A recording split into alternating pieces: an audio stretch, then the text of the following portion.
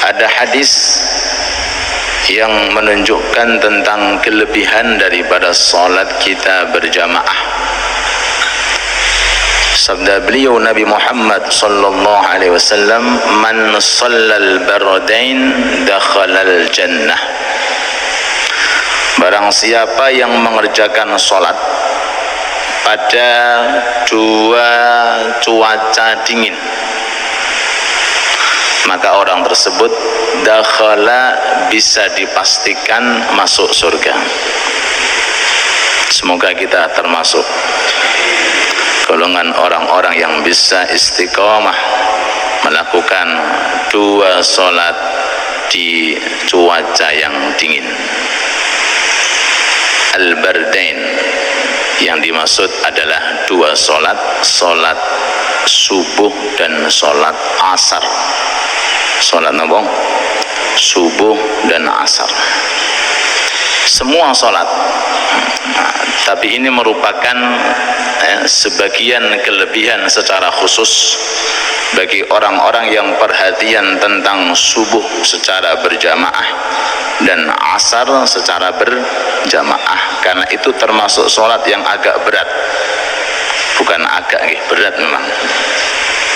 Ya, dikatakan barden, cuaca yang dingin, karena memang sesuai dengan cuacanya.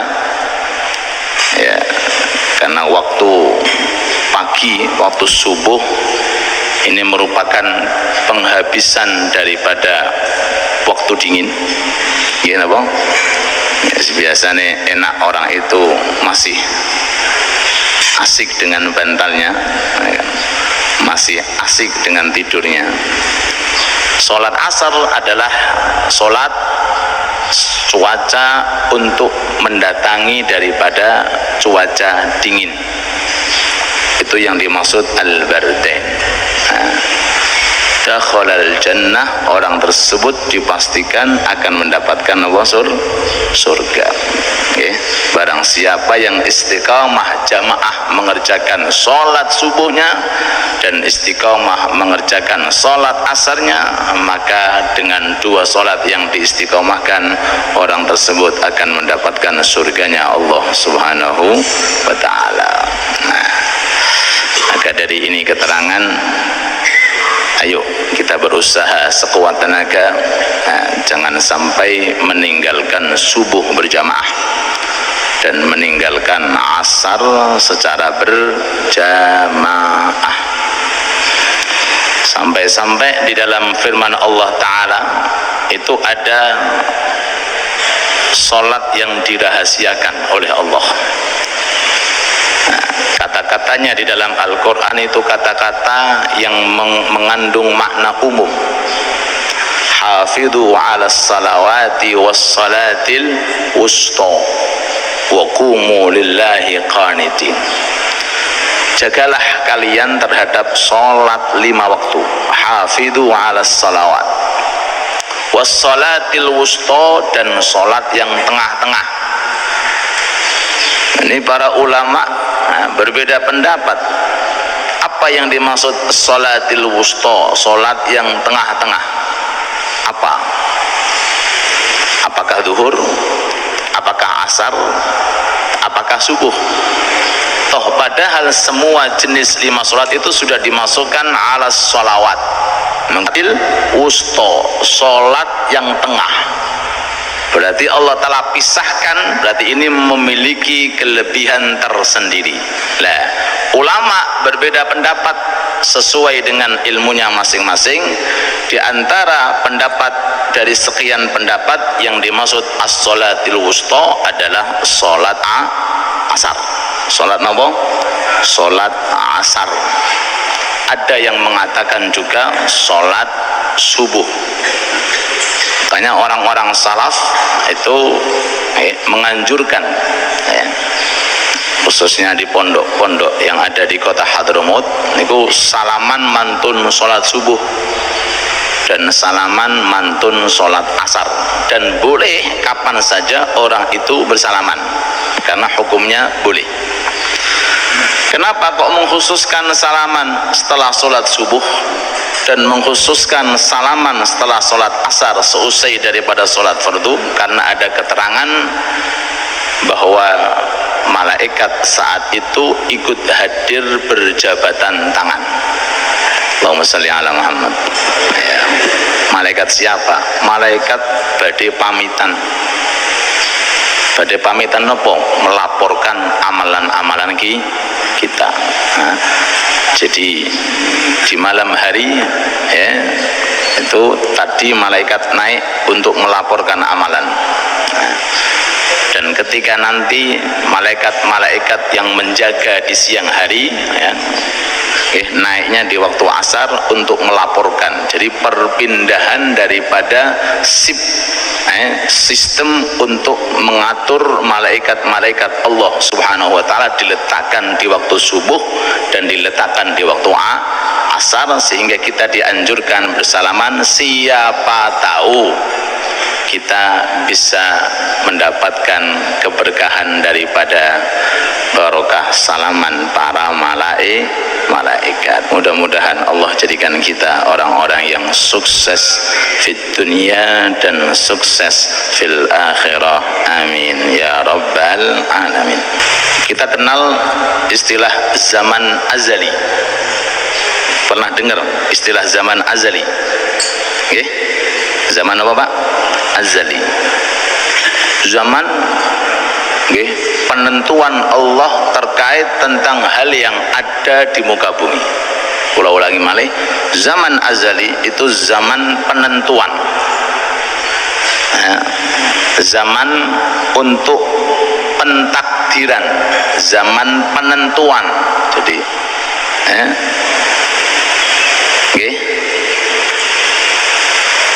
penentuan terkait tentang apa? Semua kejadian yang akan terjadi di muka bumi itu semuanya diproses sama Allah. Jadi dirangkit sama Allah, ditentukan sama Allah di zaman yang namanya zaman azali. Berarti saat itu dunia ini belum ada, dunia ini belum tercipta, dan isi dunia berupa manusia belum, apalagi pekerjaannya. Segala sesuatu yang terkait tentang kejadian yang akan terjadi di dunia ini sudah dikemas oleh Allah Ta'ala pada satu masa zaman, yaitu zaman apa? Zaman azali. Bahasa tasawuf namanya as-sabiqah, yaitu penentuan yang sudah mendahului kita. Ini harus kita yakini Pak, harus menjadi tekad kita. Di saat itu hanya Allah, malaikat belum ada, sendirian, wahdah, tidak pakai musyawarah, tidak kemasukan ide, mutlak fa'al lima yurid. Allah sendiri yang membikin dan Allah sendiri yang menentukan. Tong mriko zaman azali. Paham? Makanya kalau kita mau mengenal lebih dekat kepada Allah, lihat asma'nya Allah subhanahu wa ta'ala. Qahar. Napa qahar niku? Zat yang maha memaksa. Gelem gak gelem yo iki niku qahar Pak. Loh. Wadah namanya sifatnya Allah subhanahu wa ta'ala mudabbir. Napa mudabbir niku? Maha mengatur, bebas. Niku Allah. Niku teng mriko. Makanya ada istilah qadha dan takdir. Takdir dan qadha. Ya. Takdir dan qadha. Itu di kalangan ulama ahli tauhid pun juga ada perbedaan definisi. Terkait tentang perbedaan ulama besar di kalangan ilmu tauhid, Abu Mansur Al-Maturidi Abu Musa al-Asy'ari dengan Abu Mansur al-Maturidi mereka berbeda pendapat. Ya, terus niki ingin kita sampaikan hadis Rasul dawe rufi'atil aqlam wa jaffatis suhuf. Ketentuan yang sudah ada ini tidak bisa dihapus. Rufi'atil aqlam, pulpennya untuk mempermudah kita itu sudah dilepaskan dari kertasnya. Rufi'at sudah diangkat, jaffatis suhuf, tulisannya sudah kering, jadi nggak bisa dihapus. Faham? Nah, yang menjadi bahan renungan nasib awak dhewe ning kono piye kan nggak ngerti Pak. Gini apa nggih? Nasib awak dhewe waktu teng mriko lho, dari sekian yang hadir, bahkan sekian manusia itu berbeda-beda nasibnya, dan yang menentukan cuma setunggal, namanya hak bebas mutlak. Allah yang menentukan. Ada orang yang kaya, ada orang yang miskin. Ini apa nggih? Ada orang yang panjang umurnya, ada orang yang kok kita wedi ono sing pendek umure, ada laki-laki, ada perempuan, ada yang punya anak sekian, ada yang belum punya anak, ada yang punya pekerjaan ini, itu semuanya sudah tertulis di zaman azali. Dan itu saya ulangi lagi, maknanya sabiqah. Lebih dalam lagi, kalau orang-orang sudah memikirkan kondisi nanti ketika pas sakaratul maut, husnul khatimah atau su'ul khatimah, itu pun sudah ada di sana. As-sa'id man sa'ida fil azal, wasyaqi man syaqiya fil azal. Husnul khatimah itu sudah ditentukan di zaman azal, sebelum orangnya ada. Su'ul khatimah pun juga sudah ditentukan di zaman azal, walaupun orangnya belum ada. Jadi amal kita belum ada, ketaatan kita belum ada, tapi nasibnya sudah leungat lho Pak. Allahumma shalli ala Muhammad. Paham nggih? Ini perlu kita pelajari.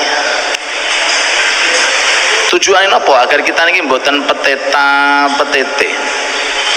Napa petete niku? Apa bahasa Inggrisnya petete? Melete.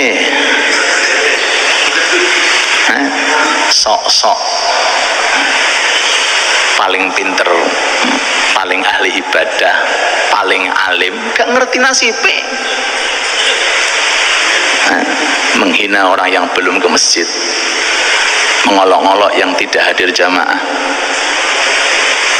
mengucilkan yang tidak mau ngaji, melete, seakan-akan dirinya sudah betul-betul masuk surga. Toh padahal nasib per individu yang tahu cuma Allah, inggih menika yang tahu cuma Allah.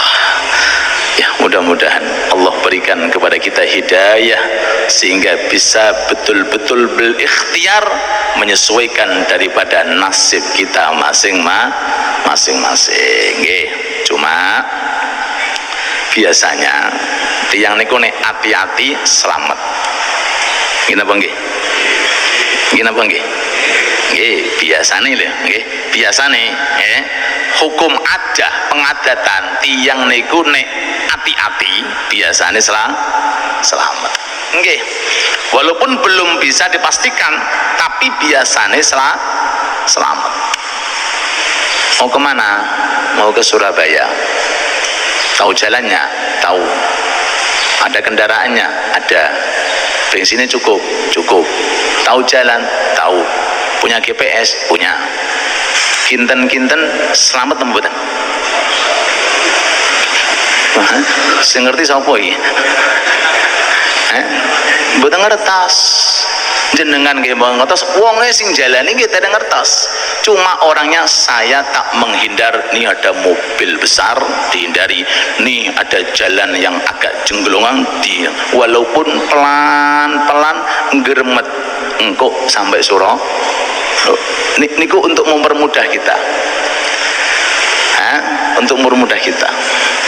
Jadi orang itu kalau hati-hati itu insya Allah finishnya lah kita berupaya untuk hati-hati di dunia menuju ke akhirat niku nggawe prinsip sinten, pakai prinsip Al-Quran, pakai prinsip sabda Nabi Muhammad sallallahu alaihi wasallam. Insya Allah kok sakit Ustaz? Iya, contohnya pun kata sinten para nabi niki contoh. Para nabi pun juga sudah ditentukan di zaman azal nasibnya. Cuma nasibnya saya, napa? 124.000 pilihan Allah, mereka jelas masuk surga. Dan kejelasan mereka masuk surga tidak langsung begitu saja. Mereka di dunia dikasih program sama Allah. Taat wajib dilakukan, larangan wajib ditinggalkan. Lah kalau kita pengen nasibnya seperti para anbiya yang jelas-jelas masuk surga, maka ikutilah proses di belakang para nabi, para rasul. Ini surat Al-Fatihah, ihdinas siratal, terus siratal ladzina an'amta, jelas Gusti kula nyuwun hidayah. Hidayah mawon kula niki, nggih. Hidayah. Gusti kula nyuwun hidayah. Kula tedahake napa jalan ingkang lurus. Nggih, lurus jalane sinten? Siratal ladzina an'amta, jalannya orang yang sudah masuk surga. Oh. Quran sudah memastikan masuk surga. Siapa mereka? Minan nabiyyin was-siddiqin wasyuhada was-sholihin. Nabi, siddiqin, syuhada, sholihin. Pun nggih? Nabi ndak mungkin kita.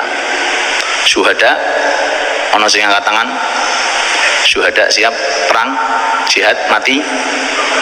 Gak ono wis. Telah terlanjutnya. Siddiqin ngaco ya ada juga. Sholihin terakhir nih, sholihin, soleh, angkat tangan. Berarti nggak ada nih 4. Oke, saya merasa pun juga belum masuk. Tapi wonten hadis almar'u ma'aman, wong iku bakal kumpul dengan yang dicintai. Orang itu akan bersama yang dia cintai. Ini hadis Pak, membuat para sahabat senang betul. Sebab mereka yakin, mereka cinta kepada Nabi Muhammad sallallahu alaihi wasallam. Ini hadis kecil tapi mbungake tiyang kata. Sebab sing didelok cintane, bukan ngamali. Gitu? Orang akan bersama dengan yang dicintai. Bukan kok orang akan bersama dengan yang sama tahajudnya, boten, yang sama ilmunya, boten, yang sama taatnya, boten, yang sama apa puasane, boten, yang sama sholat, boten, yang memiliki rasa cinta. Cinta niki tolong dikondisikan. Jangan sampai cinta yang menghanyutkan. Napa cinta yang menghanyutkan? Cinta karena diproses oleh syahwat dan hawa nafsu. Tapi kalau kita cinta mengikuti arahan Al-Quran dan Sunnah Nabi Muhammad sallallahu alaihi wasallam, insya Allah kita akan dikumpulkan dengan orang-orang yang telah kita cintai dari kalangan an-nabiyyin was-siddiqin wasyuhada was-sholihin. Inayatuka fika la li syai'in minka, perhatian Allah kepadamu, monggo diresapinya. Perhatian Allah kepadamu sampai saat ini itu bukan karena ada sebab manfaat dari kamu. Kula ulangi malih. Perhatian Allah terhadap kamu terkait tentang adanya kenikmatan yang datang tanpa bisa dihitung, itu semuanya bukan karena atas dasar manfaat yang datang dari kamu, bukan ya. Wa aina kunta hina wajahatka inayatuh wa qabalatka riayatuh, di mana kamu saat itu, yang dimaksud zaman azal.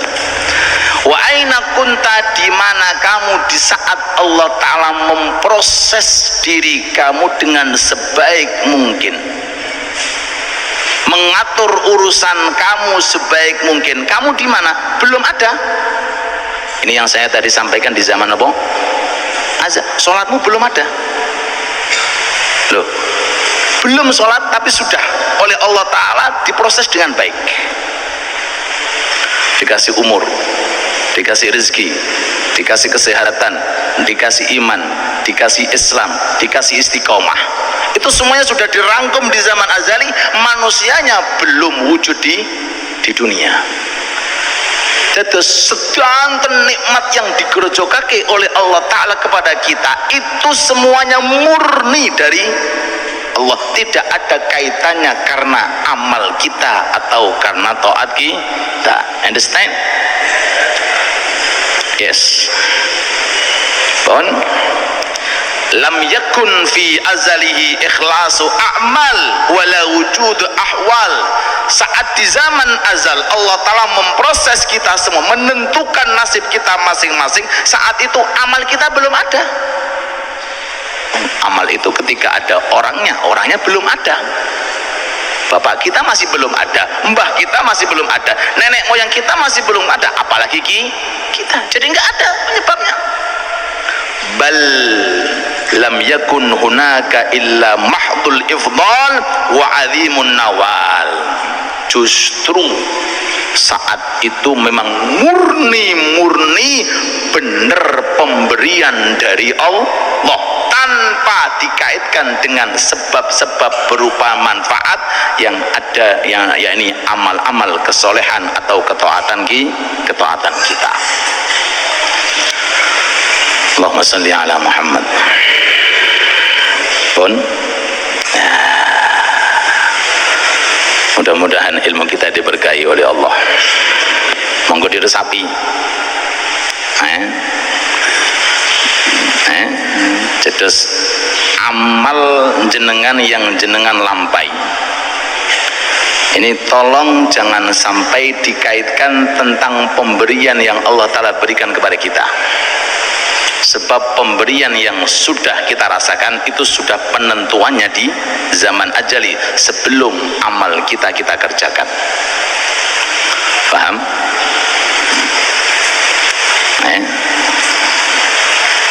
Pembahasan sebelumnya kita membahas tentang masalah doa, masalah terkabulnya suatu doa.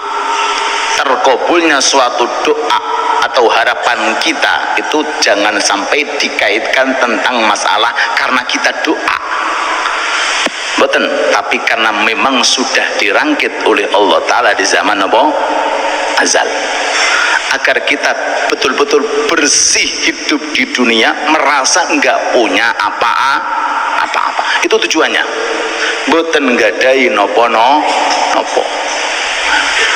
Nggih, agar nopo kita nih? Agar terhindar dari hal-hal yang menyebabkan amal kita dihapus oleh Allah pahalanya. Napa niku tadi sering-sering kita riya, pamer, soalnya merasa dirinya punya nopo amal. Nopo malih Pak? Ujub, merasa bangga. Kenapa? Karena dia masih melirik seakan-akan dia punya amal.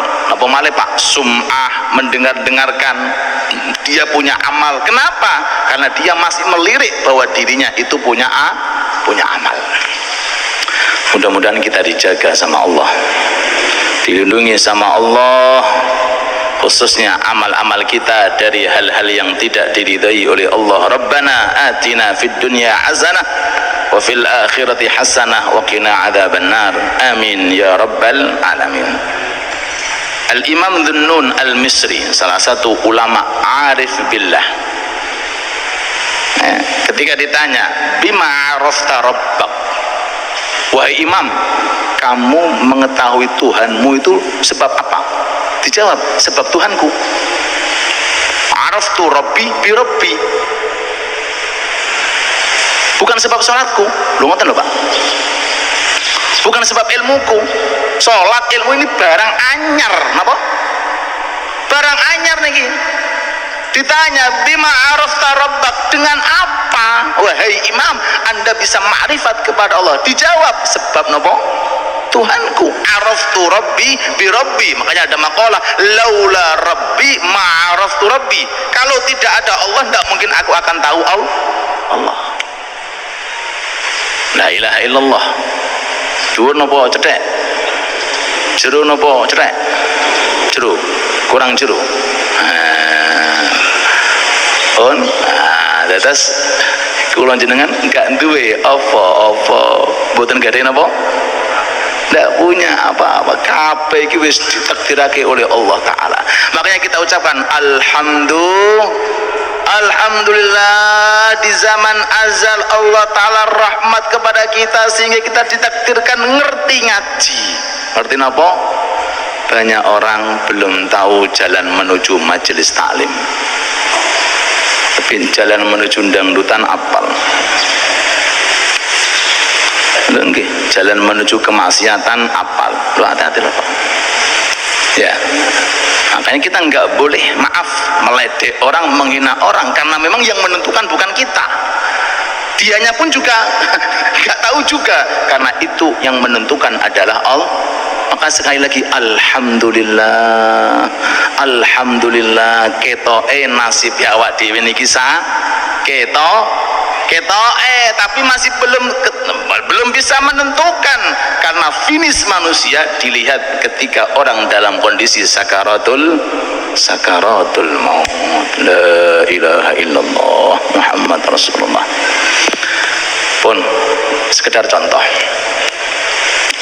di zaman Nabi Muhammad sallallahu alaihi wasallam itu ada prajurit ini pemberani. Dari kalangan muslimin saat itu ada prajurit pemberani. Jadi masuk napa niku ke medan perang niku luar biasa, kehebatannya luar biasa sampai dikagumi oleh teman-temannya. Mereka mengatakan swarga itu. Kata Rasulullah, ndak, neraka. Ayo jenengan. Nek cara jenengan kan swarga Pak ya, sebab napa? Jihad.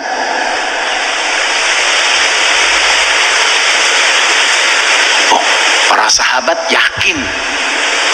Kok bisa ya berada di area taat loh Pak, pejuang Islam loh Pak saat itu, mujahid loh zahirnya ya, pandangan mata mengatakan wong apik iku ngene wong ngeten wis masuk surga itu. Kata Rasulullah, ndak, dia di neraka. Bisa dilanjut terus tapi diresapi nggih, seperti meresapi kopi, diresapi. Ayo jaga diri kita dijaga, lepaskan semuanya. Kita nggak punya apa-apa, kabeh nggone pengiran. Inna sholati wa nusuki wa mahyaya, nggak punya apa-apa nggih, nggak punya apa-apa, mboten nggadahi napa-napa. Kotong tong kosong nggak punya apa-apa, kabeh milih seusai daripada peperangan diselidiki oleh para sahabat. Kok bisa Nabi mengatakan dia di neraka? Mesti ada sabab musabab. Setelah ditemukan jenazahnya, dicek, ternyata khianat dalam peperangan. Napa? Ngambil harta rampasan mendahului sebelum dibagi oleh pemimpin. Niki namanya apa Pak? Bahasa sekarang korupsi. Tahu korupsinya apa? Cuma sehelai kain tisu, sehelai kain mawon, sehelai kain diambil dimasukkan apa? Ke dalam kantongnya. Nah, Di dalam ilmu fikih prajurit nggak boleh semena-mena ngambil harta rampasan perang kalau belum dibagi oleh pemimpin. Lah ini ngambil sebelum dibagi, mati ini apa nih? Loh, statusnya mati berkhia. Loh, gampang toh Pak pangeran itu? Gampang. Loh, mana jihadnya? Semuanya ludes. Sebab apa? Sebab manusia itu nggak tahu finishnya. Persis seperti ini riwayat kejadian persis sama. Kata Rasulullah, dia di neraka. Sahabat, dia di surga. Kata Rasul, dia di neraka. Ketika dicek, melihat dadanya ini ketusuk tombak. Ketika dicek, jadi ketika dia sudah tergores oleh pedang, jatuh dari kendaraan kudanya, nggak mati-mati Pak. Akhirnya golek supaya mati, dikira mati syahid, ditancepki dewe, del, mati. Mati apa niki? Bunuh di, loh, Masya Allah. Terus kita kembali, pasrahkan diri kita kepada makana, apa niku? Masya'akan wa ma lam yasha' lam yakun. Kalau sudah Allah Ta'ala tetapkan, akan terjadi. Kalau Allah Ta'ala belum menetapkan, enggak mungkin terjadi. Ya Allah, Ya Karim, razaqna husnul khatimah. Ya Allah, jadikanlah kami orang-orang yang mendapatkan husnul khatimah. Wafatkan kami setelah umur yang panjang dalam kondisi husnul khatimah. Nas'aluka husnul khatimah. Pun kula tutup antara ba'diyah subuh kalih subuhe niku wonten beberapa doa, kalau diistiqomahkan insyaallah meninggalnya husnul khatimah. Ya, maka manfaatkan itu waktu istijabati doa antara adzan dengan qomat. Nek saged wonten sing mimpin sae, kados teng Babu Salam dipimpin kali Rafiq, biasa dipimpin. Niku di antara doa, Allahumma ghfir li ummati sayyidina, Allahumma arham ummata sayyidina, Allahumma astur ummata sayyidina. Niku diistiqomahke. Allahumma ghfir li ummati sayyidina, ya Allah ampuni seluruh umat Kanjeng Nabi. Berarti memang Allah Ta'ala menghendaki, berarti semua umat Kanjeng Nabi niku diampuni sebab donga panjenengan. Masya Allah Pak. Allahumma arham ummata sayyidina, ya Allah rahmati sedanten umat Kanjeng Nabi. Terus sedanten sing sae, sing dereng sae, sing ahli taat, sing dereng ahli taat. Allahumma astur umat sayyidina, ya Allah tutupi aib-aibnya umat Kanjeng Nabi niki umat Kanjeng Nabi. Masya Allah. Kinten-kinten balesane tiang sing dongane ngoten niku ya napa Pak? Kira-kira balasan Allah Ta'ala kepada orang yang mendoakan mudah-mudahan semua umat Kanjeng Nabi diampuni oleh Allah, semua umat Kanjeng Nabi dirahmati oleh Allah, semua umat Kanjeng Nabi aib-aibnya ditutupi oleh Allah, kinten-kinten balasannya nopo. Tidak ada yang mustahil bagi Allah kalau dia diwafatkan dalam kondisi husnul khatimah. Itu diistiqomahkan nggih dengan pados wonten teng Google napa teng kitab napa teng Google wonten doa. Itu doanya para arifin, para aulia, para salihin. Rabbana atina fid dunya hasanah wa fil akhirati hasanah wa qina adzaban nar. Wa sallallahu ala habibina wa syafi'ina Muhammad wa ala alihi wa sahbihi wa sallam. Walhamdulillahi rabbil alamin.